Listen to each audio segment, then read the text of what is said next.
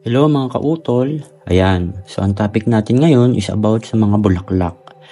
Ayan. So mga bulaklak na pinaka-common o yung kadalasan na ginagamit sa mundo ng espiritual, lalo na sa mga nagka-craft or gumagawa ng mga gamit.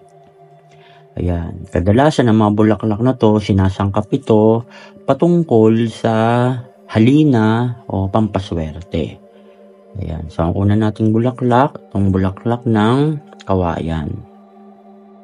Ayan. So ganyan ang itsura niyan. So ayon sa mga nakausap ko dati, ilang taon na rin nakakalipas, ang kawayan daw bihirang mamulaklak. So alam naman natin dati na pag ang isang bagay ay kakaiba, nagkakaroon siya ng mga kakaibang paniniwala o pamahiin. Yan. So ang pangalawa naman nating bulaklak, ito, bulaklak ng tanglad o bulaklak ng salay. Yan yung tawag nila dito. Yan. So dahil nga bihira din mamulaklak daw ang tanglad, so pinaniniwalaan din nila ito na maganda daw ito sa halina, patungkol sa halina, patungkol sa pampaswerte. Sa halina naman, dahil nga kahit nung unang panahon, ang bulaklak naman talaga sumisimbolo sa pag-ibig. Diba? Pag meron tayong minamahal o iniirog, binibigyan natin ng bulaklak. So, ganun yung naging paniniwala nila.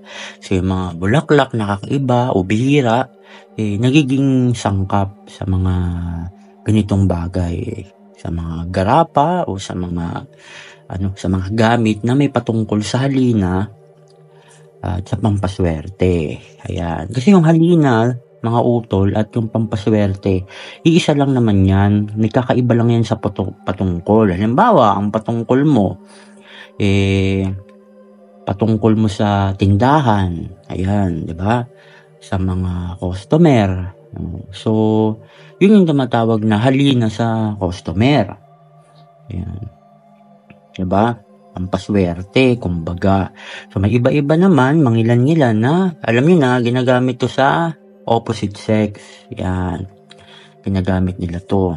Yan. Meron kayong may encounter o meron kayong makikilala ng mga tao na ganun yung ganun yung ginagamit nila para sa opposite sex o para doon sa mga minamahal nila o sa gusto nilang mahalin.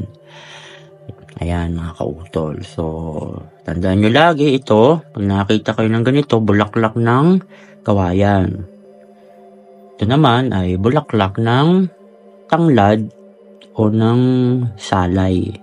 Yan. So, ang pagkakaalam ko kasi dito sa tanglad na to, parang ito daw, nakikita daw to doon sa isang klase ng tanglad na tumutubo ng malago. Parang malago siya. Kasi meron kasing tanglad na hindi malago eh. So, kadalasan daw na ito daw yung nakikita daw ito doon daw sa mga klase ng ganong tanglad. Ayan.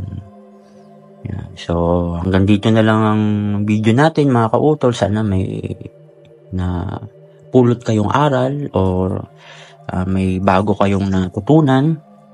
Sa may katanungan, mag-comment lang sa comment section natin at tatry nating sagutin ang mga katanungan. Okay? Hanggang dito ng video natin mga kautol. Salamat!